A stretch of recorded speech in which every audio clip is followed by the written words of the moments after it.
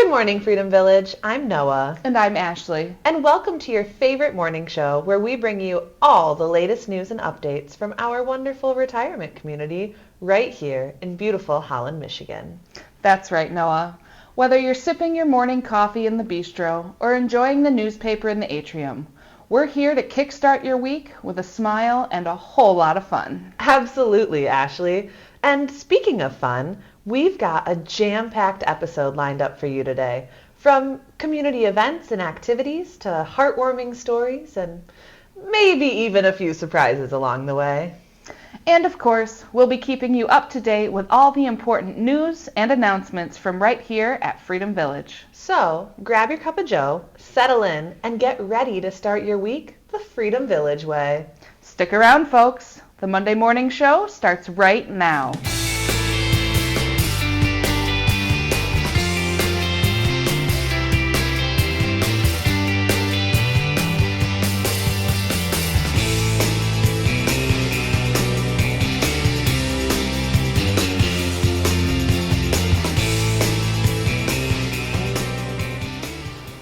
Good morning. Good morning. Good morning. Good morning. Happy Monday. Happy Monday to you. It is Monday once again, and we are back. We have been gone, We've been missing. but we are here now. We are with here. you. And how are you doing this morning, Ashley? Well, I am feeling a little bit festive. Is it time to be festive already? Can you believe Thanksgiving is just a few days away? I know, it really snuck up on us this year. It's one of my favorite weeks of the year. Family, food, and all the cozy vibes, and turkey vibes, and pumpkin pie vibes. Then we get to jump right into the holly jolly vibes. Just all your favorite vibes for the season. Vibes for every season. Well, speaking of food, what's your absolute favorite Thanksgiving dish? Ooh, that's a tough question, but I think it's got to be sweet potato casserole. You know, the kind with the marshmallows on top? Ooh, yes. You know how I feel about marshmallows. I do. I think marshmallows belong in just about everything, but sweet potato casserole is like a dessert pretending to be a side dish. And that's your dream come true. Honestly, it is. Well, that's a classic, and I am all about stuffing. Give me a big plate of that with some gravy, and I am in heaven. Delicious. You are making me hungry already. But let's hear from all of you. What's your favorite Thanksgiving food? Share it with us when you see us around this week. We're going to be hungry all week long. We are. While we're dreaming of turkey and pumpkin pie, let's take a look at all the activities we have coming up. And starting this afternoon at 2 p.m. in the atrium, we'll have musical reminiscing sing-along with Janice and yours truly, Noah. We'll sing lots of fun Thanksgiving-themed songs and hymns, and it'll be a jolly old time. Oh, we cannot wait to hear you. So come on down for some fun and nostalgia. Then, on Tuesday at 3 p.m. in the auditorium, we've got our This Is Your Life social. This will be a fantastic opportunity to meet and greet some of our new residents. You won't want to miss. And we have a fun theme for this party. A really fun theme. What is it? Prehistoric. Like dinos? Like dinos. Cannot wait. Looking ahead to next Sunday, December 1st, at 2:30, we will be heading out for our Free at 3 concert. Make sure to sign up on community apps if you'd like to ride the bus. Well, that sounds like a wonderful week. Well, I mean, we didn't talk about Thursday. Thanksgiving Day. Thanksgiving Day. That is the day we'll all be eating a very, very large turkey dinner and taking a very, very long post-turkey dinner nap. Post-turkey nap. Yes. What is that stuff called in turkey? Tryptophan. Tryptophan. Yes. Now let's cut to Jim Query, who's here to talk to us about public speaking, a skill Ashley and I definitely use at least every Monday morning. We are going to spend a little bit of time this morning talking about a subject that everybody knows about and not always wants to talk about, and that's public speaking. Public speaking is something that is certainly necessary, and everybody that speaks in front of a group of people has anxiety. They're a little nervous. I don't care how many years they've done it. whether you're a professional or an amateur or what, it's very important that you learn how to cope with stage fright. And you're going to have stage fright anytime you have the opportunity to talk in front of other people. When I think way back when I first started teaching, and I taught for many years in Grand Haven, I taught theater, public speaking, film production, and communication skills. So I really have gone through an awful lot of watching people speak to groups of people when they really don't want to, but they have to. And what's fun is once you understand, there's fundamentals that you have to learn. Public speaking does not come naturally at all. It is something that once you learn how to cope with your nerves and anxiety and all of the things you have to think about when you're speaking in front of a group of people, it does become easier and you'll become a better public speaker. Okay, so the first subject I'd like to talk about this morning is stage fright. You've heard the term, everybody's heard the term, but how do you cope with it? If you've just been told you have to speak to 35 people about a certain subject, and it's just you and no one else, the first thing you're going to do is, oh my goodness, how am I going to do this? How am I going to be able to put this all together and not be so nervous that I'll embarrass myself? Well, the first thing you do is prepare the material that you're going to talk about in public speaking. Okay? The key to getting better at stage fright is feeling confident in yourself. And the only way you're going to feel confident in yourself is to learn the material. And I'm not saying memorize it, but you certainly have to go over it enough times that you're comfortable with whatever it is you want to talk about. Okay? That's the first fundamental. 2, you have to get to the point where you can rehearse it in front of a mirror or a wall or one other person that you trust so that you get used to hearing yourself speak. That's one of the problems that everybody that's just learning how to speak publicly, they have to get used to their own voice, because your voice is not the same voice when you're speaking to a group of people that it is when you're alone in your bedroom talking to a mirror. That's just the way it is. It's just your nerves talking. Okay? So that is the first thing you need to do. Know your material. And that will be the first step to not having so much anxiety. The second area we can talk about is appearance. Before you have to speak to a group of people, whatever the situation is, you have to be comfortable with what you look like. Okay? What are you going to wear that day or that evening? How are you going to wear your hair? Okay? Everything that you feel is important in your appearance, make sure you take the time to attend to it. Okay? Because that is something that will make you feel less anxious. And appearance is very important. It's one of the reasons why people have stage fright. What is the audience thinking of me as they look at me as I talk to them? Okay?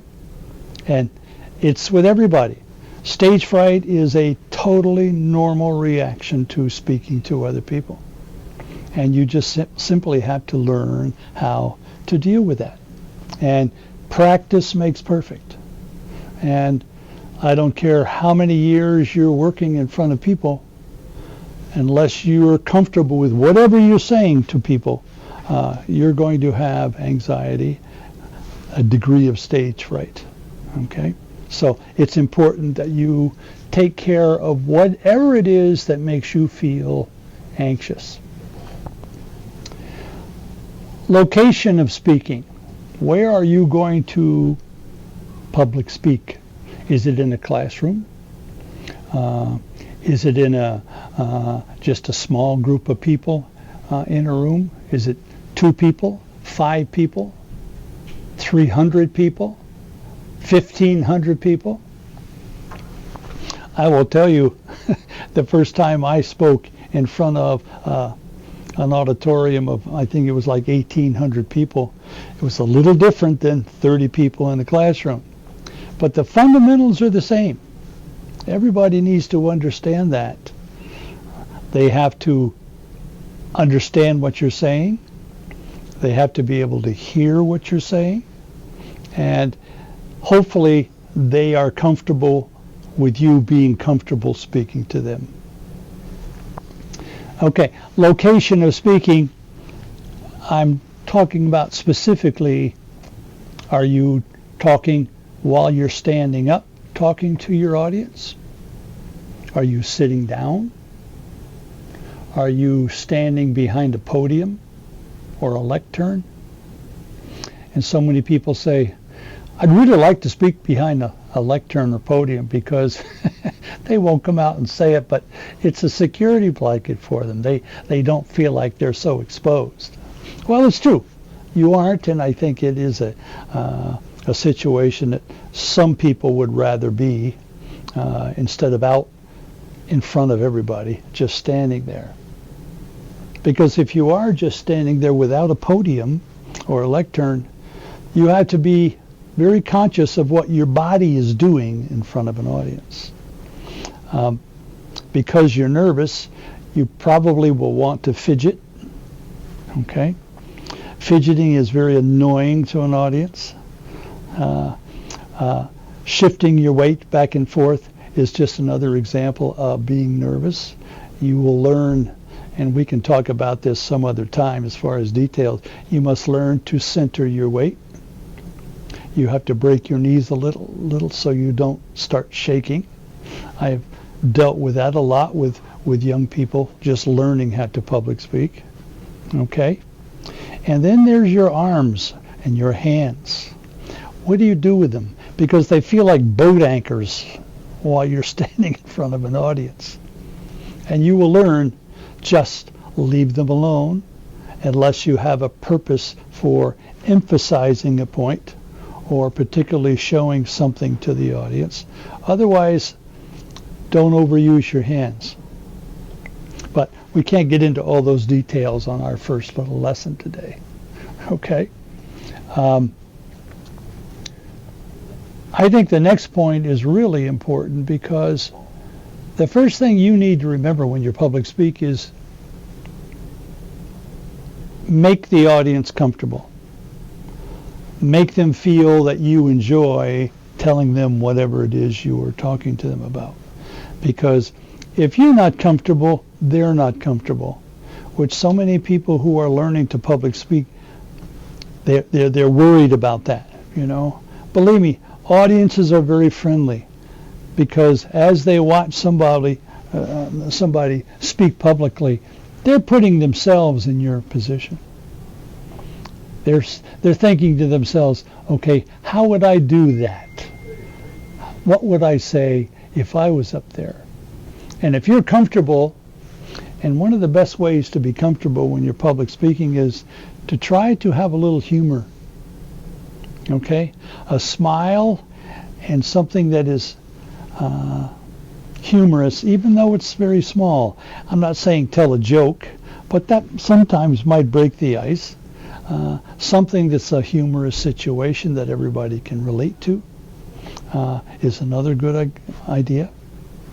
But whatever it is you're doing and whatever it is you're saying to the audience, try to feel comfortable enough that you're warm with it. You have a smile.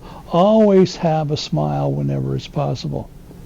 Now, there are some instances where you're not going to be smiling because the subject that you're talking about is not humorous. But I think what you need to remember is the audience has to feel comfortable with you speaking to them. I don't know.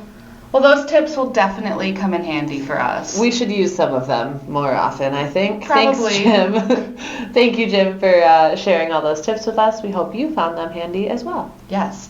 We have another special segment in store today. 2 for 1? 2 for 1 special. What a day. That's what happens Monday. when we miss 2 weeks. Right. Get 2 for 1. And today we are having some art with the Armstrongs. We are heading to Dave and Jane Armstrong's apartment, and they are going to show off some pieces in their art collection.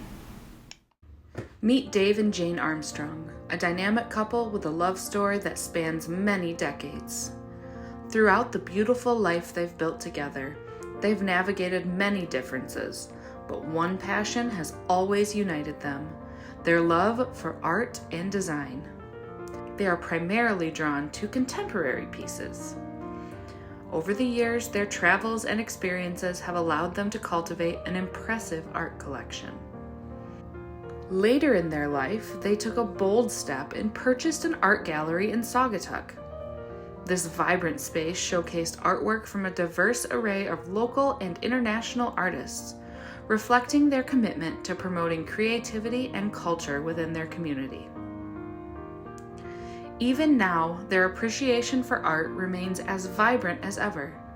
Residing in a cozy apartment here at Freedom Village, Dave and Jane often say at nearly 90 years old, they no longer need a lot of space. But while their home may be modest, the artwork and design within it are anything but. Their apartment is like a small art museum, featuring stunning pieces that each tell a beautiful story. We are thrilled to have Dave and Jane share some of these extraordinary pieces with us on our new segment, Art with the Armstrongs. Please enjoy. Tell us about the horse. The horse is bronze. It's painted bronze, so it's heavy. It was done by a man in India. He spent quite a bit of time in the U.S., but he is back in India. His ability to use color in lines, simplicity, is amazing. So here's a horse we think has an interesting personality. It's kind of an unforgettable piece. There's 7 of these. No. Now, I can tell you that selling art, 3-dimensional, is much tougher than selling paintings. And we happen to like 3-dimensionals. But here is a little piece, Lubino. He and Harvey Littleton are the fathers of sculptural glass. There aren't many glass collectors. But this piece and the other piece we have really signify the importance of sculptural glass, and we love that piece. So this is a big example. They don't have to be big to be precious, but they do have to have a uniqueness or they don't last. So perhaps the next most interesting piece. So his name is McGowan.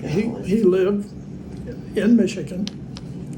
And that starts out as a solid slab of wood. And he carves everything out. Wow. And we've watched him work. Wow. So the frame is not a frame. No. The frame is part of the plank. Mm-hmm. But there's 2 things unusual about it. That it has the dimension a little exaggerated, but real, but exaggerated.